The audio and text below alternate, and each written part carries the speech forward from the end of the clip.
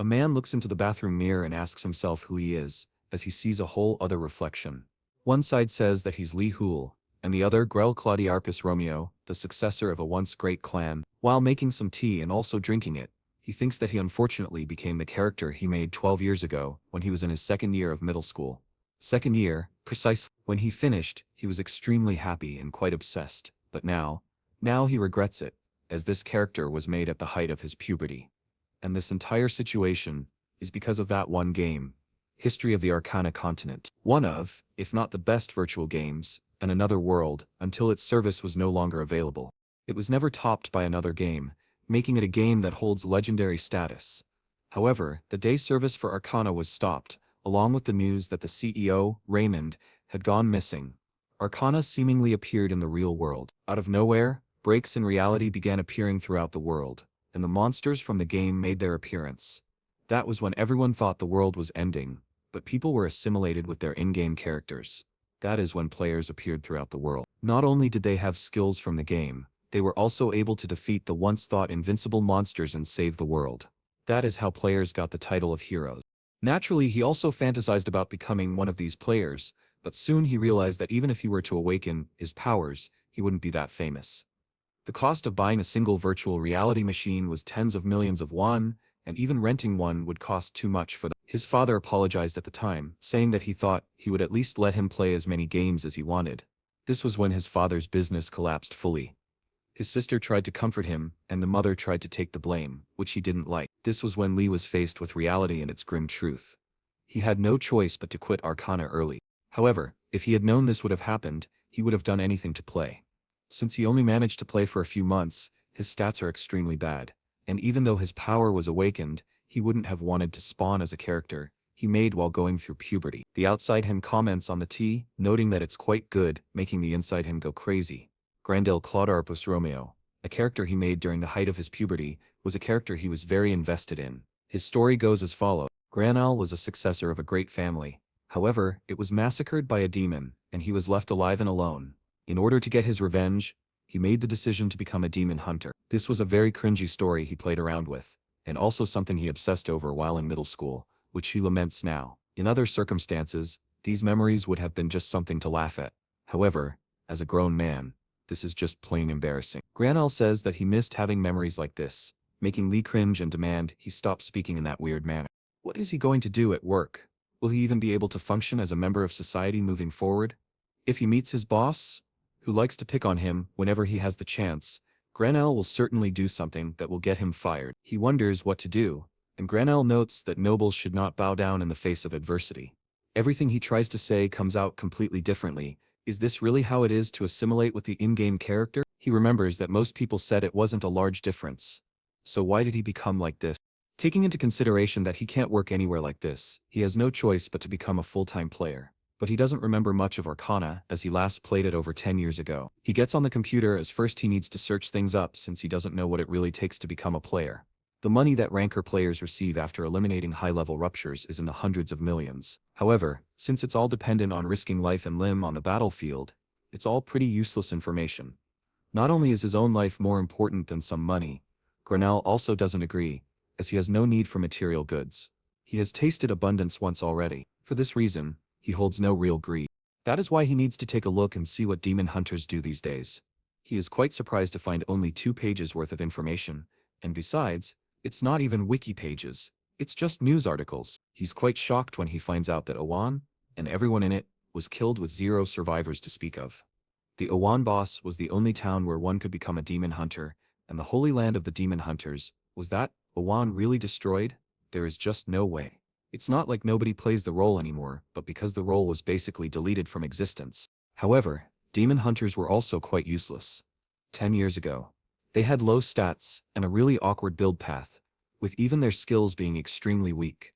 Since leveling through monsters was quite tough, they were dependent on the experience given through quests. But when they confronted demons, they were the experts, and no other class could compare.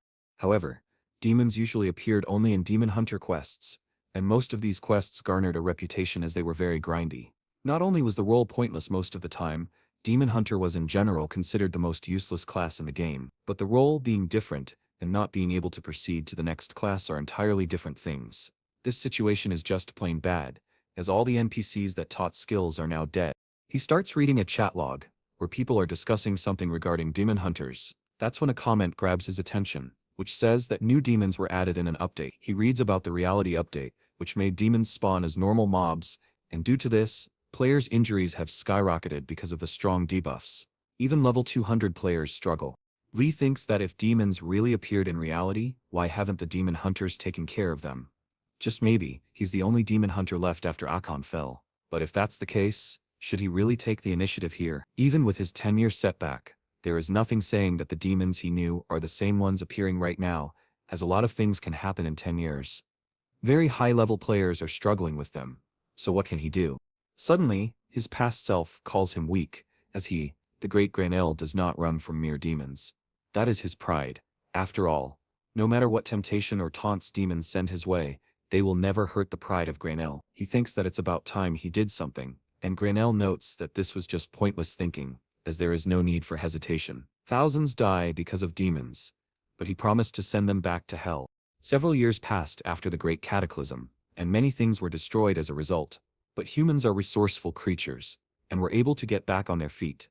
Life came back to normal as if nothing had happened, and people quickly adjusted to this new world. However, where there is light, darkness is bound to appear, and the negative emotions of the newly adjusted people made great food for devils and other evil creatures. A man is possessed entirely and sends something to a party that holds a devilish figure. The party leader, a man who goes by the name of Namagaraman Shran and is the tanker, notes that the last member of their party will arrive soon. Granel arrives at the scene, and Shran presents him as the last party member. They both exchange greetings, but Granel's attention is on the rupture, which only players can see, and it has no effect on normal people, who can just walk through it. He would have been one of those people had he not awakened. More importantly, this dungeon is fit for levels 35 to 40. Not a bad place to start for a level 55 like himself. He also looked into the average level of the players that are going through this dungeon, and they all average around level 200. That's a level he's not even close to at the moment, so he needs to work hard and level up fast. Thankfully, high-level players aren't the only ones who awaken, so he was able to find a party with a similar level to him. They all introduced themselves. The close-range deal tanker is named Han Sang-guk, the close-range damage dealer is named Choi Jung-hun, and the magic damage dealer is named Seo Jung-yoon. Shem says that considering the progression rate, another party must have gone in, so they will do so as well. They will prepare for a bit and go inside exactly 5 minutes from now. Granel looks at the destruction progress, which stands at 19.8%. This is called the progress rate, and once it hits 100%, the rupture breaks down and the monsters are let loose into the real world. Therefore, players are allowed to freely raid the ruptures, as only they are able to even approach this ticking time bomb full of beasts. Lee thinks that everyone is really friendly, which he is glad for, so he should say something to the party members too. As an only son with 3 sisters, he had to watch out every day in order to survive the great sister wars that would often occur, so going with the atmosphere is a piece of cake for him. Granel says that they need not worry, as he is here. Lee laments ever trying to speak, and the party ignores him fully. With his pride hurt, Lee just decides not to speak anymore, as he can't bear much more of this. They enter the null underground storage, the food storage, to be precise. Inside it looks just like a regular station, although broken and with blood scattered everywhere. The party arrives at the stairs, and Jung-yoon notes that she doesn't see any signs of nulls despite the name of this place. Shimin says that a party definitely came through before them, but they needn't worry, as they would just take their share if they take the right route. The party is glad to have such a dependable leader, but Granel notices that something is off. They find some nulls, and Shimin urges everyone to get ready for battle. However, he charges in instantly, which the others take as him simply being eager to fight. Granel thinks that their entire combination is a pretty normal one to go with, but it's all over the place, as the tanker is aggroing the monsters instead of protecting his party. The deal tanker is doing most of the defense, and the mage is doing the most damage. Is this really how people do it these days? Well, he can't complain, as he's pretty useless at the moment. He opens his inventory and he spots that he has a few weapons, but nothing useful, so he should fight as little as humanly possible until he finds a suitable weapon. Suddenly, an arrow comes from his side, and he notices that countless nullies are standing in the shadows, ready to pierce them with arrows. Granel warns the party about this, and the nullies start coming out. They desperately try to defend themselves, and Shimin just leaves. Jong-hun demands he come back, but in that moment of anger, he leaves himself wide open for an attack, which Anoli takes advantage of. The blade almost touches him, but but an arrow kills the Noli in one shot. That arrow was from Granel, who notes that this beast needs training, and it doesn't really suit him, but punishment is necessary, and he must be the one to do it. Jong-hun thanks him, although he's quite weirded out by the way he speaks. The party struggles to keep the Nolis in front, and two manage to slip out and go straight for Jong-yoon, who doesn't know what to do. Granel urges her to calm down, as he will get rid of the ones that dare approach, so she should cast a strong spell even if it takes a bit to cast. She says that she will, and he gets to shooting. Jong-hun asks how much longer until the casting is done, as they are being overwhelmed. Eventually, she manages to fully cast it and demands that everyone get out of the way. A myriad of fireballs come out of the spell circle, and they create a large explosion which seems to take out all of the Nolis. Jong-yoon asks Granel if he's okay, who notes that she should worry about her teammates. He looks at the dead Nolis and wonders if he can get that expensive arrow back.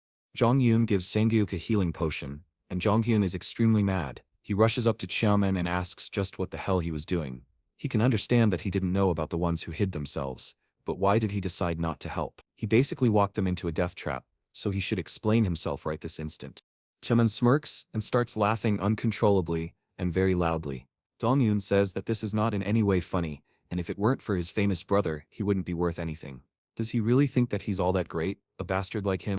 The lights suddenly all go out, and Shuman notes that if he's really asking if this is funny, of course it is. How can it not be when a bunch of moronic fools are struggling in front of him like this?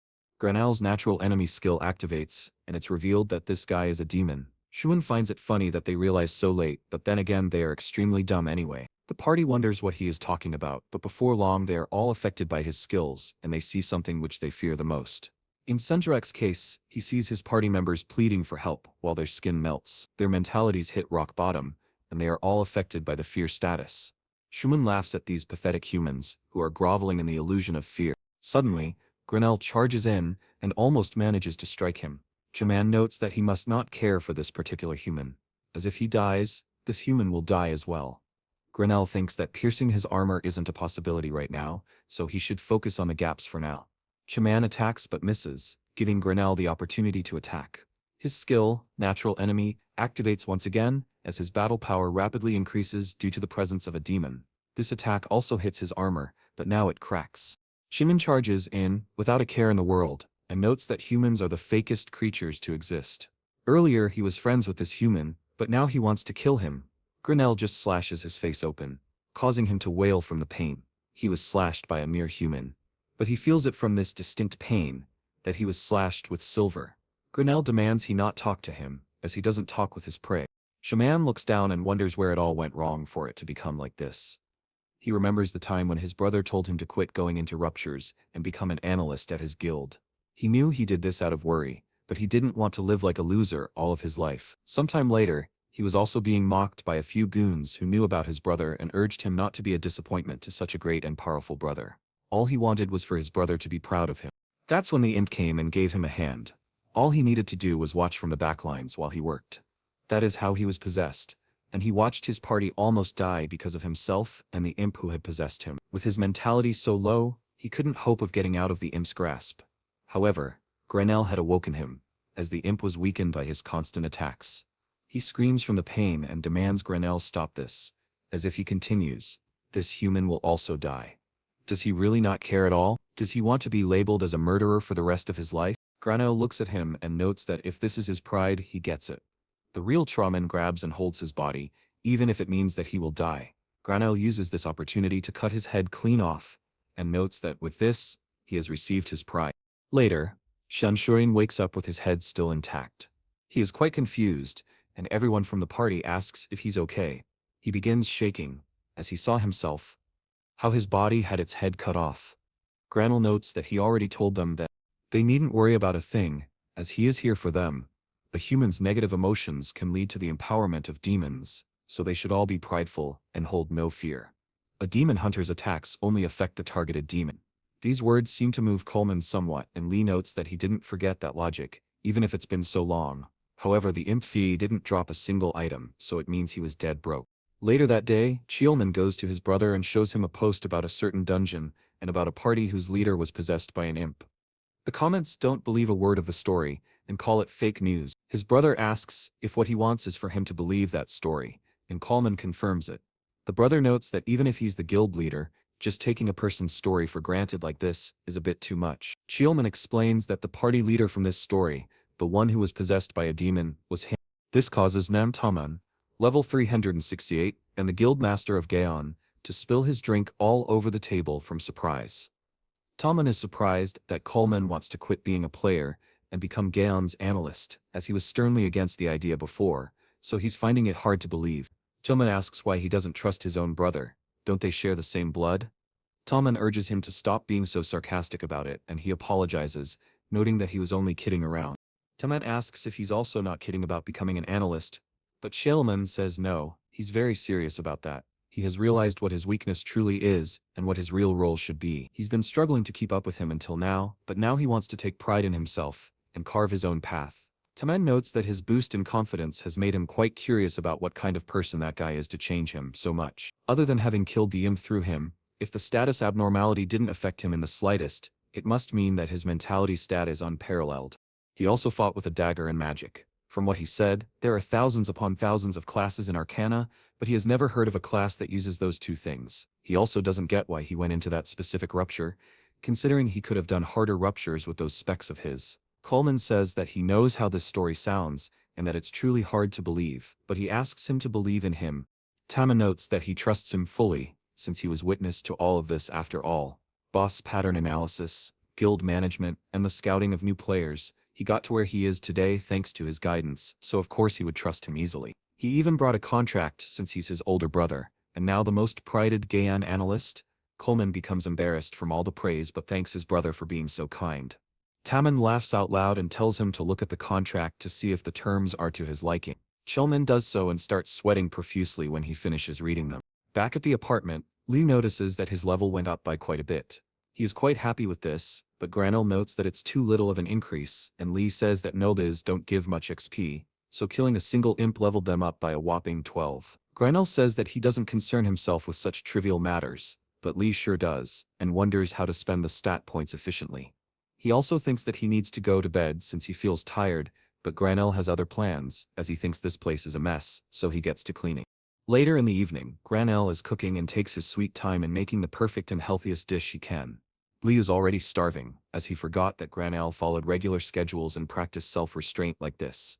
However, he learned something quite crucial from all of this. The traits he gave Granel are being applied to the real world. Other than the job and level, he would have just showered and instantly lain down to rest, but he's becoming much healthier because of him. But what are his talents? Of course, his talents are not similar to a single one, as he is talented in magic and can imitate most spells just by seeing them a single time. He is also very intelligent and quite fit as well. Granel thinks that this is enough, and rewards himself with some tea. However, he has to check if these traits also apply here in the real world. Suddenly, he gets a message from Chan, which is quite long. He ignores it for now without reading it, as he has more important things to attend to. The first thing that he will be checking is to see if Granel can really imitate most spells just by seeing them once. He pulls up a few videos and gets to writing. Kilman and Taman stare in shock at Granel's text. A simple Kilman wonders if he got an offer from another guild, and Taman notes that can't be possible, as they offered him a house, a car, all of the fees paid, and a deal with a split of 9.5. How could another guild ever hope to surpass that offer? Chilman says that he can't be sure, but after the Mage Tower appeared in Seoul, foreign guilds from around the world have been setting up branch offices around here. Timon asks who dares step foot in his own territory, and Kilman explains that even if it's not a foreign guild that offered him something, all of the top guilds are right here in Seoul, so it might have been one of them. Timman smashes the table and says that he can't let this go now, as no other guild can give an offer that can actually rival this one. This is a contract so special that he wouldn't dare show it to the higher-ups of GAM. He gets up and starts dressing, noting that he can't move on from this, and asks Coleman if he knows what he looks like, as he is going to bring him into their guild before some other guild nabs him from them. Coleman thinks of how best to explain him, as he is quite the puzzling individual, and Taman urges him to think faster, as they don't have that much time. Chilman thinks about him and notes that he looks exactly like a fantasy novel's aristocrat. A very fancy one at that. Grinnell writes down all of the magical techniques he had seen on the phone, and Lee thinks that he can see it, the fundamentals of magic, that is. He is now certain he can use these things, if he has enough mana, as expected of the great Grinnell. Now he can forgive him for being extremely cringy, as he is the best genius around. Grinnell finds his reaction quite rude, and Lee thinks that now, With the stuff he knows, he can distribute his stat points efficiently. He doesn't know how Grenell's talents will go, but he is open to any and all possibilities. He puts 2 points in stamina and agility each, and 7 into mana since it is quite low.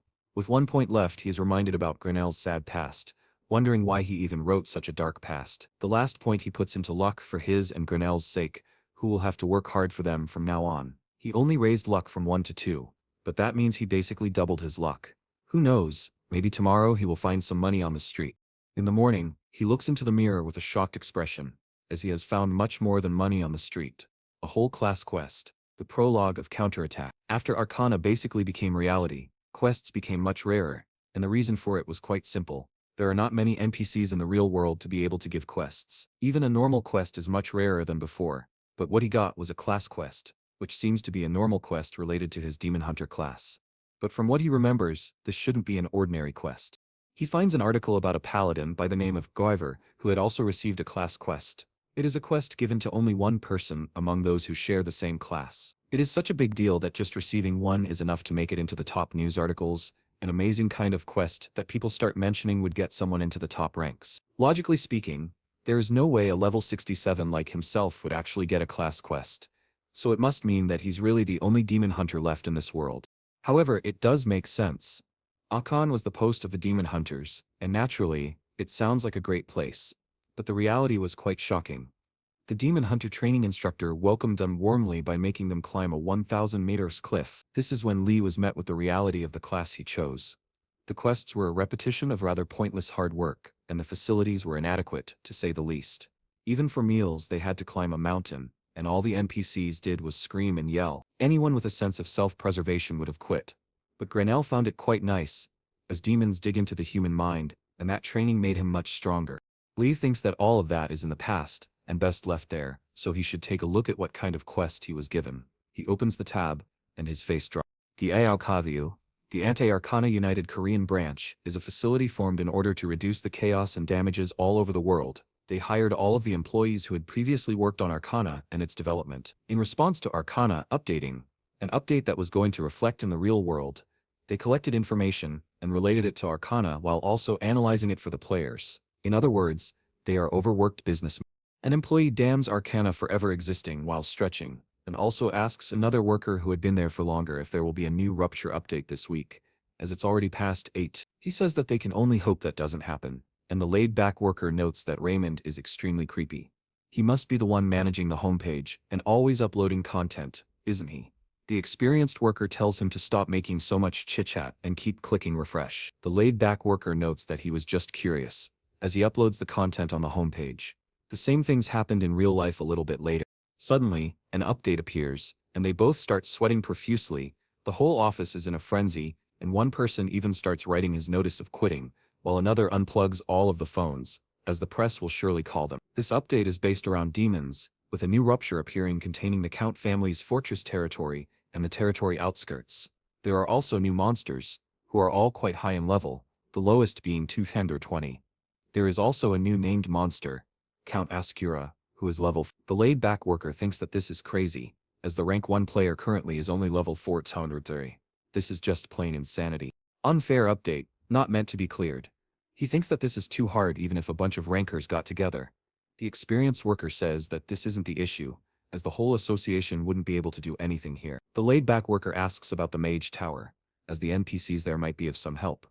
The experienced worker explains that the NPCs won't do anything unless the tower itself is at risk, so they will certainly not help. Every which way they swing it, it's impossible. They are basically telling them to watch people die. It's so over, as this Rupture will certainly have a breakout. The laid-back worker tells him not to jump to conclusions like this, as if they fail the Rupture raid, those things will come and kill people in the real world. The experienced worker thinks that the updates up until now were very doable, but this destroys that balance completely. An unthinkable event. Unless some miracle appears, they are screwed. Grenell looks at the quest, which started with the hunted demon condition, which he completed. Now he has a repeated quest, to train his weak body. Lee laments having to do physical work again. It's almost as if he has never left action in the first place. His entire body is shaking. Is it really okay to train this hard?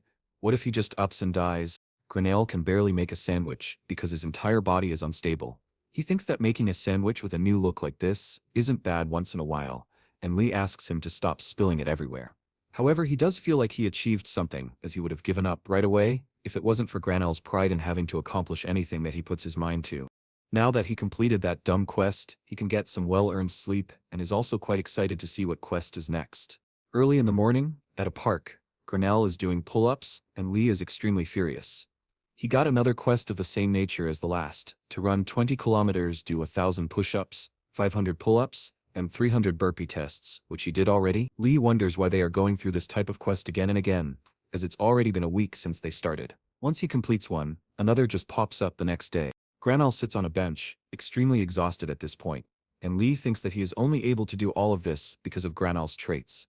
But how many more quests does he need to do in order to get a reward? Suddenly, the system notes that he has completed a week of daily quests and rewards him with 2 stamina and 2 dexterity.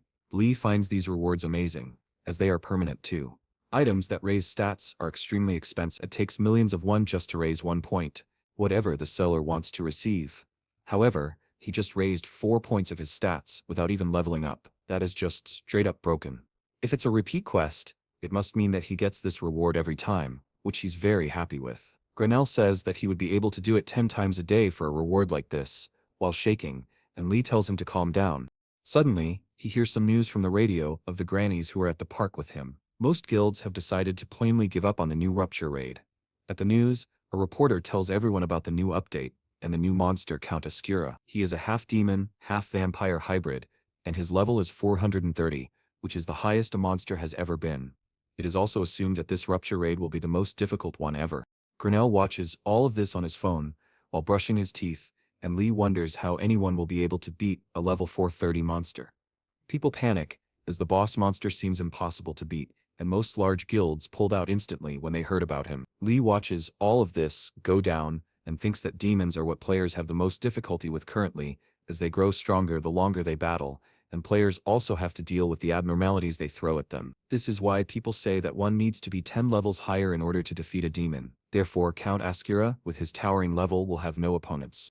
If it weren't for this new class quest, that is Lady Dam's, Arcana and everything that it stands for, as the only vampire alive right now is Ascura, it's basically telling him to fight it. He is scared. But that's a given, as he's supposed to defeat an impossible enemy. But these are only Lee's emotions, as his heartbeat is actually calmer than ever. This body is not his anymore. So how does Granel feel about all of this? Of course he is ready, as these inferior species are threatening to interfere with his time. So he will punish them for this heavy sin they carry. Lee expected this, that this crazy bastard would want to kill them. Lee gathers information about the Rupture, which seems to be in Russia, so his first destination needs to be the Mage Tower, as there is a portal there, which lets users teleport anywhere instantly. This is one of the main reasons why many large guilds, all over the world, have a branch in Korea. He smirks at his phone and thinks that it's best he takes a taxi, rather than the train, as he will have to change trains too much. Granel says that he has to get going, as time is of the essence in this situation. Lee demands he not leave like that, and he stops, noting that he forgot something. Lee is relieved, but his relief is shattered into bits as Granel grabs a few packs of instant tea, as he can't miss out on tea time, the most important time of the day. News outlets all gather around the Mage Tower, and get ready to interview the Gaian Guild, who are planned to arrive shortly. A newbie reporter notes that there are lots and lots of reporters, and asks one of the camera crewmen if Gaian is really going to come. He says that it's likely as the new Rupture is in Russia, and the Mage Tower is close to them. Suddenly the Gaian Guild arrives, with Taman in the front. The crewman rushes in, and so do other reporters, with countless questions about how they are going to raid the Rupture and if they are planning to share information with other guilds. The newbie reporter rushes in and asks Taman how he's going to fight Count Ascura. Kilman notes that they would like to take interviews later, but Taman laughs and notes that it's quite a shame that they have no method of actually killing Count Ascura. They never really considered that kind of thing when entering Ruptures anyway, and they chose to go earlier than other guilds to beat their competitors. Naturally, they will also not be sharing any information, as even if they demand it under the guise of world peace or some nonsense like that, they won't give it to them. If they really strived for world peace, shouldn't they challenge the Ruptures themselves instead of sitting back like cowards? The newbie reporter doesn't know what to really say about all of this. But suddenly, the Shining Guild arrives, with their leader, Lox, who is level 3099, in the front, and grabs everyone's attention. Their butler notes that they will have to go on foot because of the crowd, and one of the members thinks that Gaian Guild's words were quite harsh. Locke notes that he's just anxious, as all the large guilds are coming to Korea because of the Mage Tower, and their position is getting lower and lower. He's most likely betting everything on this expedition. Shellman sees that he's concerned and notes that there is no need to be anxious, as they will take things slowly. That is the best way to do things.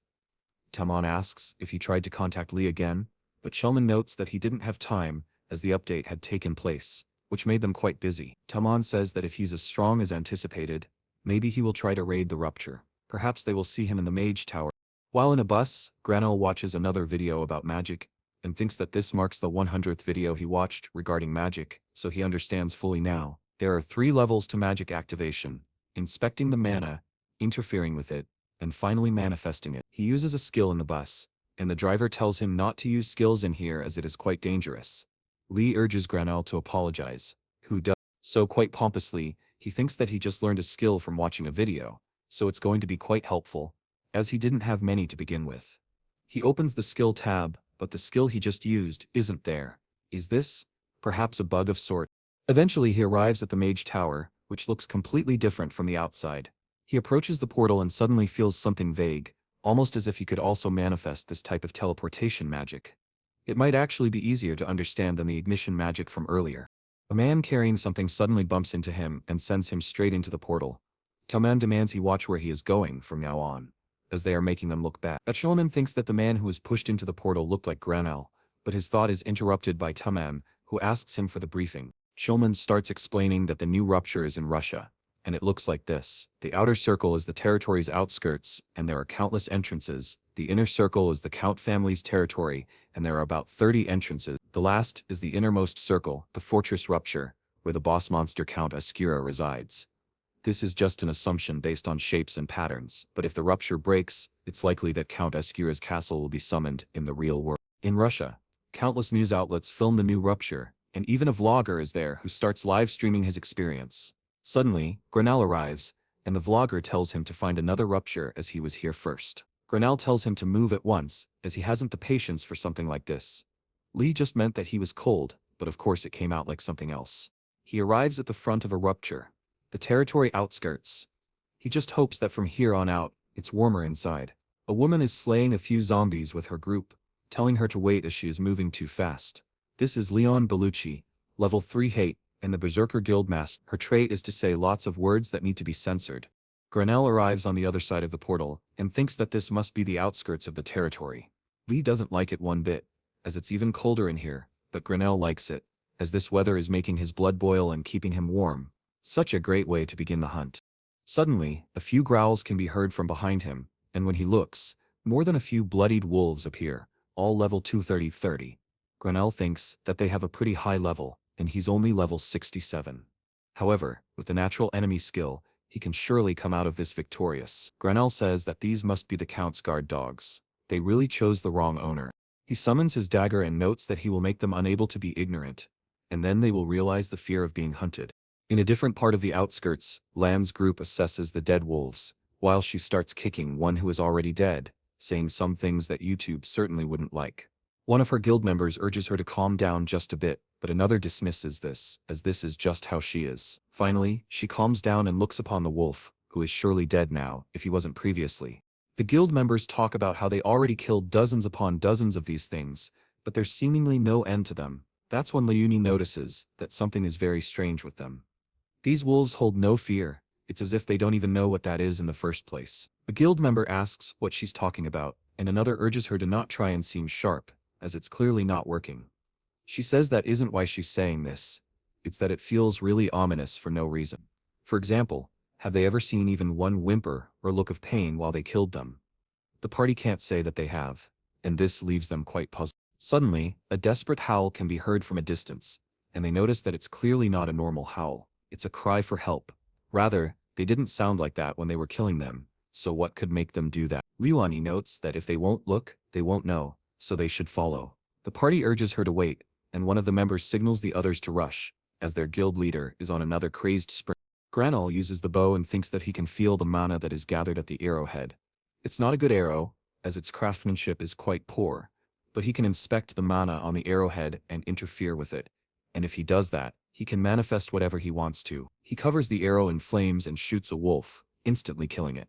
The others are now hesitant to even attack at this point, but they also can't run away, as they can't escape Granel's agility.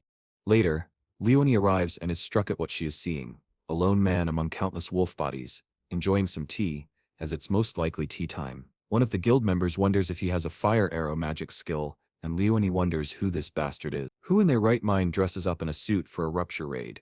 And why is he even drinking tea in the midst of all the flames?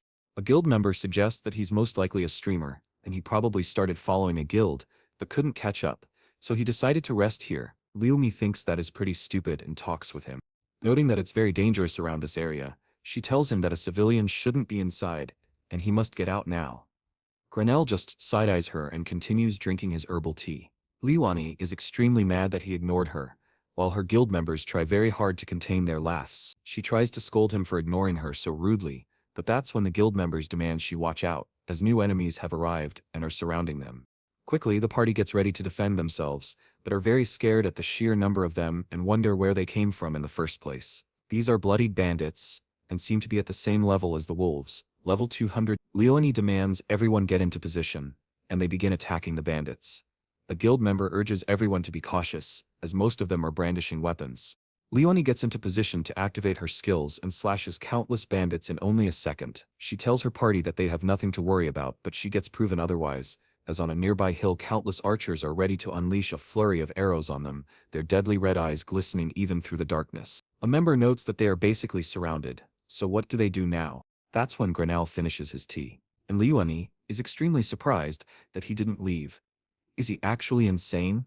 This is not the time for tea at all, so he should run already. Grenell looks at the thermos and notes that now it's pretty doable. The bandits unleash their flurry of arrows, and Leonie can only look up, as there is basically nowhere to run to. Grenell starts inspecting the mana that is inside of the thermos bottle, and interferes with it. What is left to do is manifest. In order to get the skill he wants, in the scale he wants, he needs tons of mana that he cannot really handle at this level. If his assumption about this is wrong, he will pass out instantly by simply trying to manifest this skill. However, what if these magic spells that he's always using are not skills? A surge of mana rushes within him as he gains new meaning of mana and its uses. A large beam of blue mana comes from the ground, and Leonie prepares for the worst. But the worst doesn't happen, as a giant wall of rocks has saved them from the countless arrows. She thinks that it must be alchemy, as she has never seen anything like this ever. To have a skill that can make great walls such as this one means that the person must be quite powerful. Grenell explains that it's not a skill, and what he is using is magic, pure magic, without restraints. The other party members are just as surprised but still glad that they were rescued. Still, they wonder if he is an alchemist, and what is he doing here? If he really is one, as alchemists are usually production workers. Leonie also wonders what he means by magic, and Grenell thinks that it's very possible to change the form of something if he can interfere with the mana of the object. It is closer to alchemy rather than magic, so they aren't exactly wrong, but not right either. Suddenly, the wall starts rumbling as the bandits have broken through and are coming from the side. Grenell finds this to be unfortunate, as he will have to push tea time back once again. The guild prepares for battle once again, and Leonie does so as well, while telling Grenell to scurry to the back for now. He has other plans, however, and summons his bow and arrow. One of the members asks for a healer, as someone has been gravely injured, but this gives a bandit the opportunity to strike from behind, leaving him no room to dodge. Suddenly, an arrow blows the bandit away instantly, and the member wonders if there was ever such an archer like this in their guild. Leonie is surprised that he is an archer, and wonders what the wall was about, if that is the case. Grenell engulfs the arrow in flames, surprising Leonie even more. Is this man a mage? Perhaps? But no, he has archery, alchemy, and magic. Just who can he be? Eventually, the guild takes care of the bandits, and the ones who went to scout say that there aren't any more in the surrounding area. Leonie congratulates them for doing a good job, but she is clearly frustrated about something. That something, or someone, is Grenell. He is in such a dangerous rupture and dresses like that, which she finds utterly crazy. Plus, he also won't answer anything she questions him about properly and doesn't look tired at all, though he is most likely holding it in. It's quite embarrassing to even think this, but if he wasn't there to help, they all would have died. So it makes one wonder if he is a ranker or something similar. He is also quite handsome, but that's beside the point. She should just go and thank him for the much-needed help. However, he did ignore her previously, so saying thanks won't work. Suddenly, he looks at her while making his tea, making her face red from blush. Leonie swiftly looks away and wonders why he's looking so intently at her, as she doesn't like him or anything. Grenell continues staring, making her head spin with ideas. Does he perhaps want to drink tea with her or something of that nature? Well, if he does share, She wouldn't refuse. Probably. Suddenly, he calls her and she asks what it is. He demands that she stop looking at him that way, as he doesn't have any tea for her. This crushes her spirit and confidence completely. Outside of the rupture, countless drones patrol the area, and a reporter from Today Arcana begins broadcasting. He says that this update brought upon lots of global attention since it has the highest level boss. Another reporter asks if this rupture is named the Territory Outskirts, and he says that she is correct, as this is the first of 3 ruptures that came with this update. There are hundreds of ruptures leading to that exact place, but the other places will become available later. Shining Gan and other guilds are already in the rupture as they speak, but which guild will be the first to clear the rupture? The first one to achieve that will most definitely gain global fame. A man watches all of this news from a tent, and another man comes in and notes that he must want some coffee since he is the director and all. He urges him to get inside fast, as he's letting snow in. The assistant asks why it's so dark in here, and the director says that he simply likes it. This way, he also asks about how the rupture is looking and if any new videos came in. The man explains that everyone is around the middle of the rupture, with the Shining Guild being the fastest right now. The director notes that if this is really the case, they should get a spot near Shining and prepare to interview them first as soon as they come out. The assistant notes that it will take a lot of time to beat it, so they should just watch the drones. Suddenly, he spots something and bolts outside, even through the camera's way. The reporter apologizes for their assistant director, as he just ran in front of the camera like a madman. The director starts yelling at them to follow the assistant right now, as a rupture has just turned blue, meaning that somebody cleared it. The reporter asks who it might be, but the director doesn't have that type of information right now. They just have to run like the wind, and be the first there. The assistant gets to the blue rupture and is quite surprised at what he is seeing. He makes contact with the director, who is ecstatic, and asks what he captured and which guild it was. Was it Gaon or perhaps Shining? The assistant explains that it's neither, and surprisingly, it's the Berserker Guild. The director finds this puzzling, as they are the 32nd in terms of rank. The assistant confirms this, and notes that he's sending him a video, as they speak. The director notes that Shining is still in the middle, and they went into a new and dangerous place, but they all look fine. Suddenly, the assistant spots a Korean person amongst them. Even though Berserker is a European guild, him being there is quite strange. Other reporters start rushing in, and the assistant notes that he will try to get in front. The director is extremely confused at this point, and the assistant rushes to Granell. He asks if they can do an interview, what his relationship with the Berserker Guild is, and if anything happened inside of the rupture. He bombards him with constant questions, and that's when Granell demands he move out of the way, as he is testing the utmost limits of his patience. The assistant is left shocked, and Granell leaves, as this place is too cold. The Berserker Guild is bombarded with interviewers who ask tons of questions. Leumi doesn't want to comment on any of their questions, but one of the guild members urges her to do otherwise, as this is their first big clear. She, however, still refuses, as they should interview that bastard instead. She is still very mad at what he told her, and that he pushed through and cleared the rupture first. She asks where he is, and a guild member notes that he left first, as he wanted to go home for a bit. Leumi is extremely mad, and the reporters can only watch her meltdown. How can he leave like this when she was basically acknowledging that he beat the entire rupture solo? She continues her rant, like a rabid chihuahua, and her guild tries to calm her down, as he must have had a good reason to leave like this. Suddenly, a second rupture gets cleared, and the interviewers flock to it. The second clears were Gaeun. The interviewers flock to it. The second clears were Gaeun, who look very tired and bloody. The interviewers flock to them, but Toman notices that the Berserker Guild is also here. Were they really the first ones to clear it? That's when Lee Wooney says something which catches everyone's attention, including the interviewers. At the base camp of the Gaeon Guild, Kamen and Taemin watch the news while eating some well-deserved hot noodles. What Lee Wooney said was that Gaeon wasn't the only good guild in Korea. This makes Taemin quite mad, as he saw her giving him some side-eye while she said that she got first clear, and this is all she says. They barely managed to clear it before them anyway. So why is she so smug? Chelman wonders what she really meant when saying something like this, and Taemin notes that she must have been insulting them, as nobody is as great as their guild in Korea.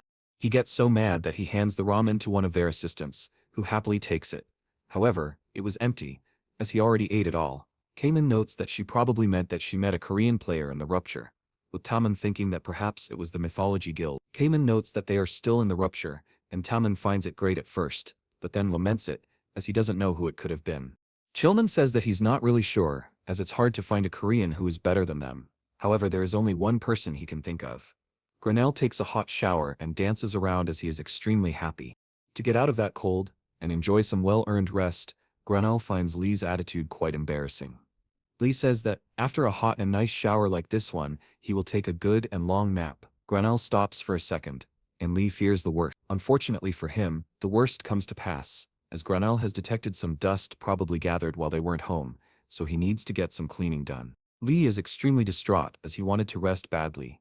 After cleaning everything and eating a meal out of scraps he found around, Grenell enjoys some tea while Lee watches him. However, he doesn't even feel sleepy anymore and looks at all the gear he got inside of the rupture. He thinks that there isn't anything really that useful in here, and also checks his stats. His level went up by 19, so it's now 86. It's not that much, considering that was a high difficulty rupture. And additionally, it was very dangerous. Magic uses less mana than skills usually do, and thanks to that, he was able to use it more, which is much better than the skills he had. Grenell notes that even with that, the regeneration of mana was very slow. That is a given, however, as they do not have any accessories or equipment that help with it, and the Demon Hunter class has few benefits, with nothing related to skills. It would have been quite bad if they hadn't met that group, and he could have thanked them if only he knew who they were. Grenell notes that it is because he was lacking, surprising Lee quite a lot. Grenell did not really know how to be humble, as if someone were to underestimate him, he would prove himself. On the other hand, if someone were to overestimate him, he would meet their expectations and make their assumptions a reality. Why is he suddenly remembering this trait that he... Grenell explains that the next rupture will be in the Count family's territory, so there is no time to relax, as he can't depend solely on magic and has to get better at combat. He found a suitable subject for today's test anyway. Lee thinks that he's right. The players that were fighting alongside them had combat skills, with the short-haired girl being the most notable of the bunch. If he can copy those movements, his combat abilities would improve. Grenell pulls up a menu, and Lee urges him to stop, as he knows what he is doing, but begs him not to. Grenell activates another body training quest, despite Lee's words, as basics are the most important thing to take care of. However, he needs to do the dishes first, as cleanliness is also needed. Lee wonders where sleep will fit into all of this. Later that night, he starts running while listening to the radio, and Lee starts crying, as he only wants some sleep. Suddenly the radio station notes that they have some urgent news to share with everyone. Currently most of the territory outskirts ruptures have been cleared, and soon enough, the Count's territory will be available for raiding. However, according to some news they just received, the destruction progress rate of the Count's territory suddenly jumped to a large 60% despite it not being open just yet. At this rate, the Count's territory might break. Professionals are expressing worry about this matter. The Gaiheen Guild watches this, and Taman notes that this is an impossible situation. It's only been a day, but the destruction progress is already at 60%. How in the world is that even possible? Kamen explains that the time limit to clear gets shorter, the stronger the monsters inside of it are. Taman notes that it got faster for no reason. Does it mean that the monsters inside got stronger? Kamen notes that he will have to look further into all of this, as it is quite strict. At the Today Arcana camp, the director is in a frenzy, as there must be a reason the monsters suddenly got stronger. The assistant notes that there is no way to know, as even the advanced guild's analysts have no idea. The director says that something must be done about it. Otherwise it's over for all of them. If a rupture were to break down like this, once the monsters start spewing out, all the civilians will be butchered, and players will suffer the same fate. Grenell reads more about this, and finds out that this has never happened before, so it makes sense that nobody would know, since this information is only available on auction, which was destroyed. He needs to hurry, as vampires are creatures that share authority through their blood, and Count Iskira did the same with the monsters inside of the outskirts. When they died, the authority naturally goes back to the owner, and the Count probably just redistributed his authority with the monsters inside of the Count's territory. This is why the monsters became stronger and the destruction rate progressed. But if that's the case, if they raid the Count's territory, there is a risk that the Count's fortress will break down instantly afterwards. Count Iskira is an aristocrat that does not take back what he granted to others, so he will bestow judgment on him who is dirtying the honor of the aristocracy. Lee thinks that is cool and all, but what about sleep? Grenell notes that he can sleep only when he sees that thing dead. The Count's territory starts breaking and cracking, and only 5 hours are left until it breaks down. More people gather around the area. Count's territory. Rapture, and a streamer by the name of Park Hang welcomes his viewers back to his channel, which exudes determination. He is currently in the snowy mountains of Russia, as the Count's territory has reached a huge 70% destruction progress, so there are less than 5 hours until the rupture breaks out. The time is exactly 3:48 a.m., and there are tons of guilds here, despite how early it is. He pulls out a notebook and notes that he has some interesting points to make, but the chat is not that impressed, and mostly disses him.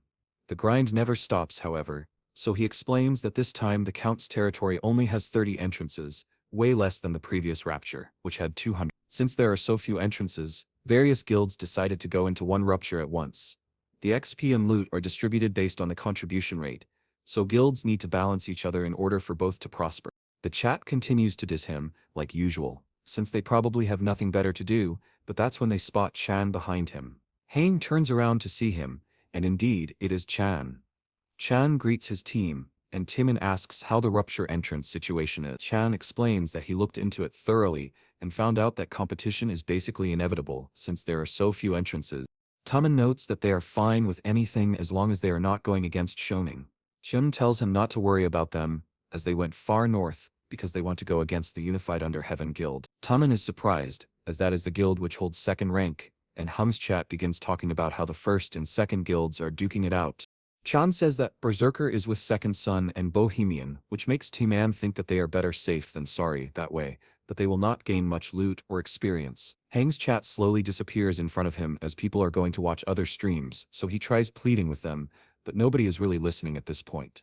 Suddenly, someone arrives near them, and Taman's face contorts into a wicked smile. He shakes while asking what they are doing here.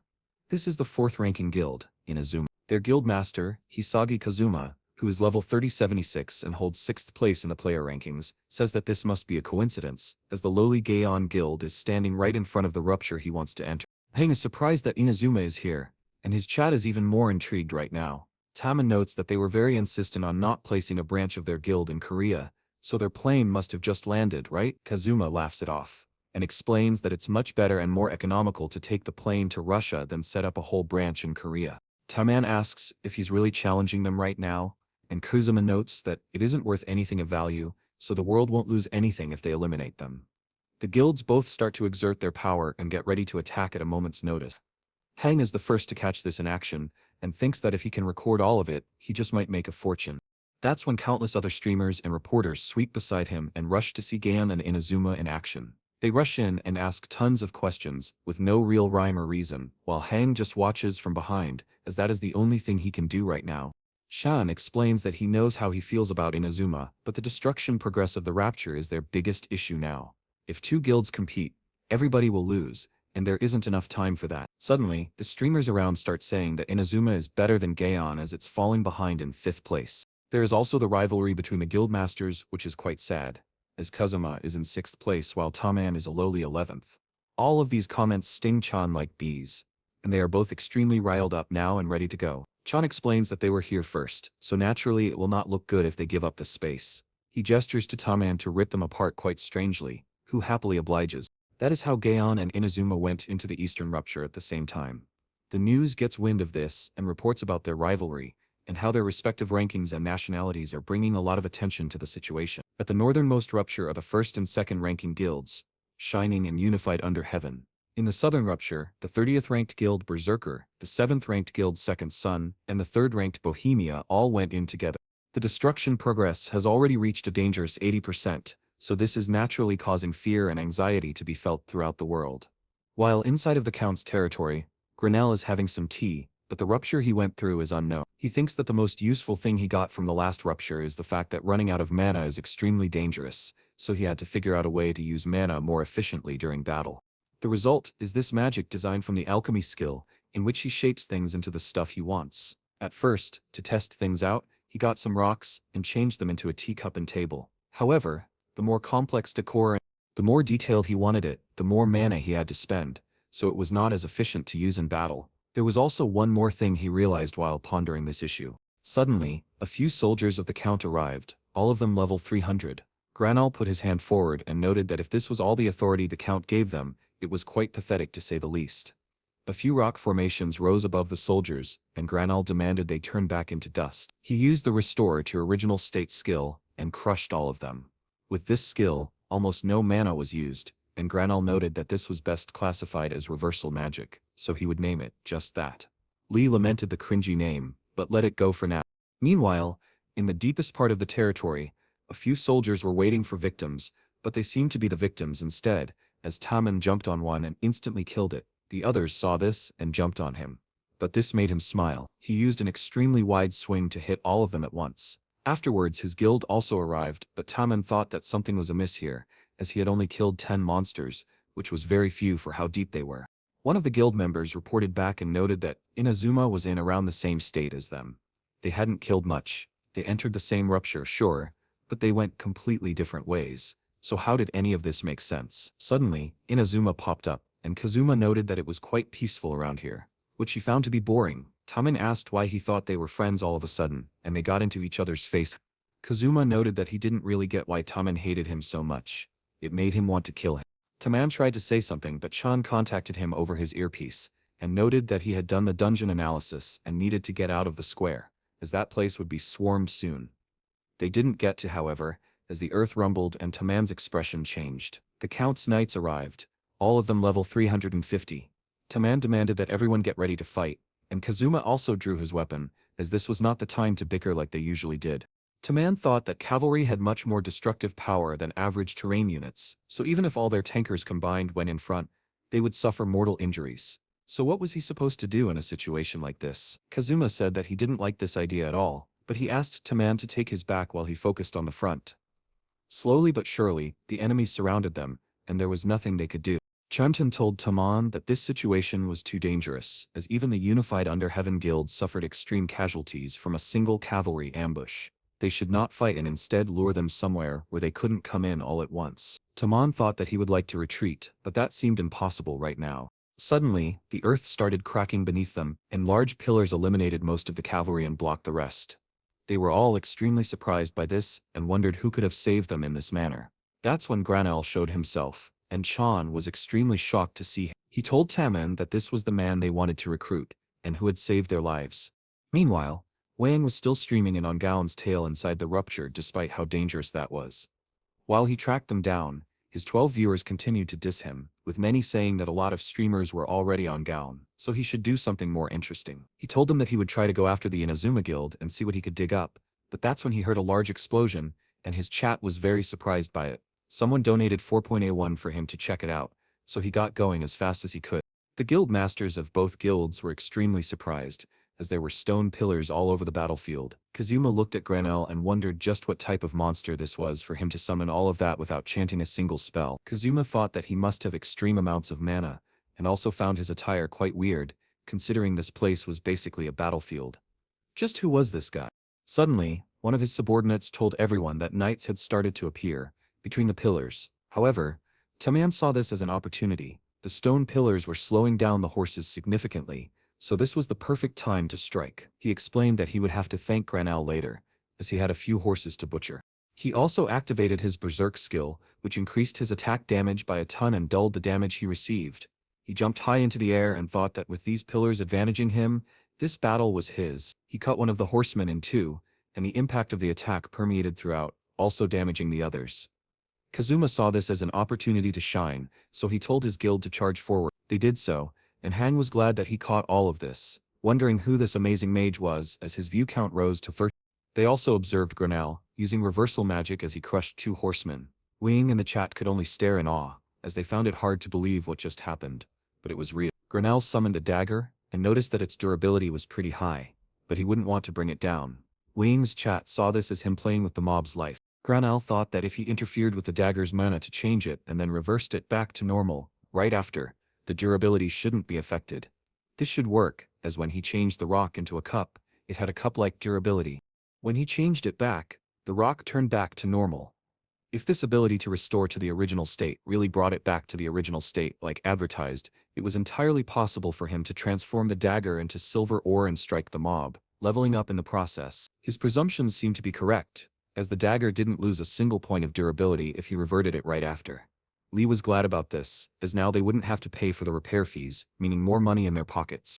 The Gan Guild congratulated themselves for a job well done, but Taman was stuck looking at Granel, who was enjoying some well-deserved tea. Chulin explained that this was the person they wanted, and Taman noted that he had heard him earlier. Now that he saw him in action, he wanted him even more and didn't want other guilds to sink their teeth into him, especially since Inazuma also saw what he was capable of. They would offer him a 10-0 deal while also throwing in something as a bonus. After some thinking, Wang found the courage to come next to Granel, and asked if he was willing to do an interview. Wang's viewership skyrocketed to 68,000, and his chat started singing for Granell. That's when members from the Inazuma Guild started swarming him and asked if he would like to join their guild, as he was quite the amazing individual. Taman pushed around them and offered Granell a handshake while introducing himself. He also mentioned that he had texted him recently about joining their guild, so maybe he already knew him. Granell looked him dead in the eyes and noted that there was not a single shred of formality to be found around here, so he would not be taking any questions, as he had more important matters to attend to. The chat exploded with comments as they found it either very cool or funny. News about Granell spread across the internet, and the Shining Guild seemed to be very interested in this. Their leader, Lox, asked his two subordinates what they thought. Camila noted that she didn't know anything about magic, as she was an archer, and Dimitri, the 8th rank player, screamed that they didn't know. He also told Lox off, saying that he was quite popular, so he didn't know how desperate Lox was. He barely managed to get this date, but now he was in this meeting with him and missing all of the fun. Or what? Just a bastard on a screen? Camila took a closer look at Granell and noted that he did look cool, so if Lox was this worried about him, why didn't they just scout him? Dimitri noted that it was obvious why, because this bastard of a leader was jealous. Even though they cleared the Count's family territory first, everyone was talking about that man instead of him. Camila noted that they were probably just hyping him up like they usually did, and Dimitri agreed, while also saying that he couldn't be this late to a date, so he needed to go already. With that, both he and Camila left, letting Lox look at the screen in peace. That's when another member came behind him and noted that what this man did was like magic, but not really. This was Jessie Hesse, a level 3097 and the 4th ranking player. Lox noted that he had never heard her describing something as cool, and she began analyzing further. She started smiling and said that this person was quite interesting and should be studied further. At the Berserker Guild camp, Leonie was extremely angry that they missed recruiting Granell, as the others didn't let her, so now she was taking her anger out on them. At the Inazuma Guild camp, Kazuma got a call from someone who noted that they must bring that silver-haired man to their side, no matter what it took. In the latest news, the reporter explained that the Count family territory had been cleared successfully. Shining and Unified Under Heaven both fought valiantly for first place, but eventually, Shining was the victor and took first place. The only ruptures left now were the Count's family fortress, with its destruction rate being at 72%. Currently, because of this high risk of a rupture happening, there was a lot of tension within the different base camps. If the fortress rupture really were to fall, they could basically wipe Russia off the map, so the only thing they could do was at least wish them luck and pray for them. Granell, after taking a shower, watched the news about him, which described him as a mysterious player. Many news outlets discussed him at length, and reaction channels started blowing things out of proportion, like usual. One of the news outlets noted that building so many pillars from just a flick seemed impossible to do with current abilities, so they asked their rupture specialist. He explained that the situation was dire, and if Granell had been a second late to the party, many people would have died there. The player who did all of this knew that the knights were betting on their mobility, so he changed the terrain. That, combined with his quick thinking, was what saved Gaimian and Izuma. From then on, he just watched, which seemed to be his way of being nice to the other guilds, basically saying that it was their time to shine. Granell thought that he was just out of main air at the time, but Lee thought it was great. They weren't calling him an asshole like what would usually happen. He also checked the loot they got, and among it was a rare item, the first one he got. This was a necklace imbued with the blood curse, which must be purified in order to bring out its real effect. These items were called devil items, as once the curse was broken, a random effect was unsealed, so basically a gotcha item. Players would usually throw this away because of the effort needed to break the curse. However, there is another proper way to use a cursed item with the exorcism ritual skill, which invites a demon into one's head. Lee thinks that this is one of the 2 exclusive demon hunter skills, and it's needed in order to use the item as an offering. The basic effect of the skill is that one can attack a demon without harming the person it possessed, like he did with Cholin. But things change when there is an offering in play, as he can invite a demon into his very consciousness. It's similar to the status abnormality given to humans by demons, although there is the possibility of being possessed by the demon if one has a low mental stat. However, if he can fight the demon inside his head, where it's more advantageous for him, things will be easier. Suddenly, he gets a call from Chilman, and Lee thinks it might be because of how Granell basically embarrassed their guildmaster on live television. They don't accept the call and instead write a message to maybe clear things out. Granell, however, didn't get the memo, so he writes a single word, troublesome. He left out that he didn't want to be sued, making Chilman and Taman think that he was ignoring them again. Tam sighs as he only wanted to apologize for being informal and offer him a deal. They watch the playback of the news and see that, indeed, things were informal, as everyone tried to talk to him at once. They also see that his eyes were tired, so he was struggling to hold his anger in. This was just because he was tired, due to the amount of mana he used. Taemin says that there is nothing they can do now, as the count is more important at the moment. The destruction rate of the rupture rises to 83%, so they need to cut their rest short and go in. Suddenly, the ground starts shaking, and some urgent news starts blaring out of every speaker. The Count family fortress rupture has broken down, as it has reached 100% destruction rate. In an instant, the base camps are now in disarray, and there are around 200 injured. The United Nations and US are advising Russia to close their borders now, so the players need to evacuate as fast as possible. The Count's fortress pops up into the real world, and Granel also arrives, not being that surprised that it collapsed. The others watch him as he goes in alone, and he stops at a statue. He notes that it is quite distasteful, and with that, he becomes the first man to officially enter the fortress. Granel wonders how that old and decrepit vampire dares to call this place a fortress, but well, it does fit him, since he is what he is. Lee thinks that Granel is saying all of this solely because the mansion of his family was at least 10 times bigger than this place, which speaks volumes. Suddenly the eyes of the gargoyle statue start glowing a deep red, which spooks Lee a bit. The statue snaps out of its eternal rest and starts cracking around as it gets ready to attack Granel. The other players are as shocked as Lee and wonder if they should help Granel, as he is famous for attacking with a dagger, and if he only has that, he can't hope to win against that stone beast. Or perhaps, since the rupture has fully come out into the real world, should they just run away? The gargoyle attempts to strike Granel with all its might, but with only one flick of his fingers, he shatters it into tiny pieces within a split second. The Shining Guild hears the commotion and wonders what that noise is, as it seemed to come from the fortress. Camila says that this sounded exactly like the noise from the video they watched about that white-haired guy, and Jesse, probably out of sheer curiosity, starts flying towards that direction. Lox tells her to stop, as they were about to go in anyway, so they should do so together. However, she doesn't listen to a word of his, as she is extremely curious at this point. The other players look at Granel in awe, as he defeated that mighty-looking gargoyle in a single attack. Lee notes that it was made out of plain stone, and he's broken too many of those in the past for this to be any difficulty. Granel explains that the particular statue was of poor quality, poor texture, material and creation. They put such a piece of garbage in their garden like it was something they should be proud of. Pathetic creature. The players start screaming, and with newfound confidence, they charge in, all eager to see what the mansion has to offer. Lee is surprised by their sudden change of heart, and Granel spots another quest popping up in front of him. This one is a class quest, and is a sub-quest for the prologue of the counterattack class quest. What it entails is to make the vampires feel fear about being hunted. Lee is puzzled by this quest, and wonders what that even means.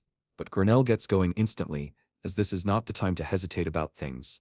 Lee urges him to just sit and think about this for a bit. They can't just go kill it now, and how is he going to make him feel any type of fear? The Count is an ancient vampire who is level 430, and they are only level 100. Granel says only that he is a demon hunter, which enrages Lee, as that has nothing to do with this. Eventually, they arrive at a banquet hall, and Granel notices something strange, as the portraits of the Count start to emanate. A strange feeling. Sure enough, in another place inside the mansion, the Gaean Guild is barely standing on its feet, as they are all affected. Kelman asks Tommen if he is okay, who notes that he's fine. He's just a little suffocated. Ever since they entered this hallway, which is full of paintings of the Count, he feels like he is being constantly watched, just like the status abnormalities the demons usually cast. Kelman knows exactly what this means, that the portraits are connected to the Count directly, so they should burn them as quickly as possible. After they do that, they all feel much better. Shellman explains that this is why all of the players that went in first were retreating so fast, because everything in that damned castle is a trap. All of the portraits, statues, and even the interior items, everything is causing abnormalities. It makes perfect sense now why the Shining Guild didn't enter through the main gate. Tammen thinks that they just have more experience, so it's a given. However, even if his class is Barbarian, which is more equipped to sustain status abnormalities, he feels so overwhelmed already. How bad will all of this get once they go further in? Granel walks around the halls and notes that all of these portraits are utter garbage. How can they eat in here with all of this garbage strewn around the place? They surely have strong stomachs. Lee says that he is too harsh, even if this guy is a vampire, but Granel continues nonetheless. The statues around here are the same type of garbage. He now feels bad for the stone that had to be sculpted into something so ugly. And in the first place, why are there so many portraits around here? Now he fully understands why people think that narcissism is a disorder. The whole layout of the castle is also to be laughed at, as there are a bunch of unnecessary forks in the hallways, and also hallways that lead to empty walls. If they really thought this layout through before building the fortress, they must not have a single brain cell in that empty head of theirs. That's when he notices that throughout his ridicule of this place, he arrived at a stairway, which leads to a pretty large door.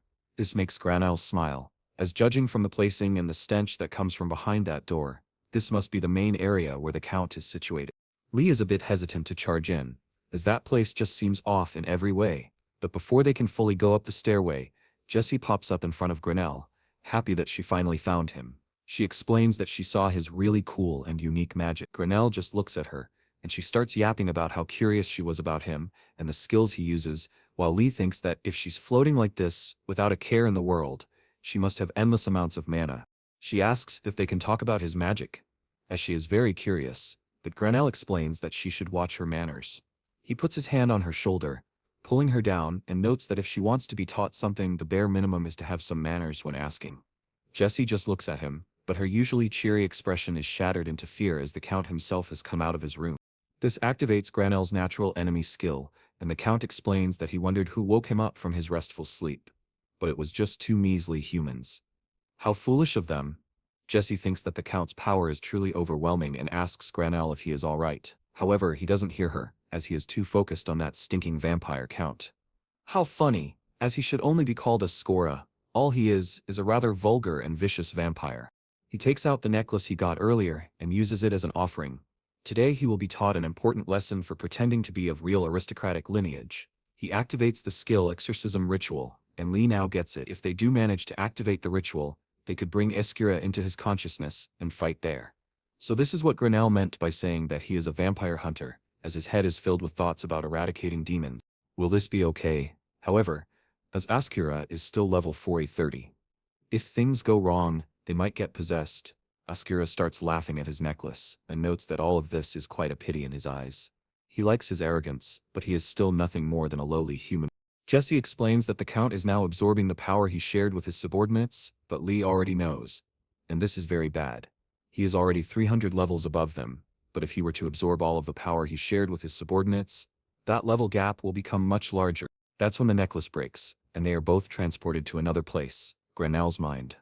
Eskira wonders where this place really is, but that's when he spots Granel and begins laughing maniacally. This is quite the unique trick, at least for a human, but he can simply destroy him and get out of his foolish mind. He tries to hit Granel with a few flaming attacks, and after the smoke clears, he is nowhere to be seen, making Eskira think that he completely annihilated him. Granel speaks from another side and asks if that is really what he thinks of him. Eskira is a bit annoyed that this guy is still alive and asks how he managed that. Granel urges him to watch closely, as the one who died will be presented to him shortly. Eskira watches him with worry in his eyes, but that worry turns into shock, as Granel is now standing on a dead version of him. Eskira cannot believe what he is seeing.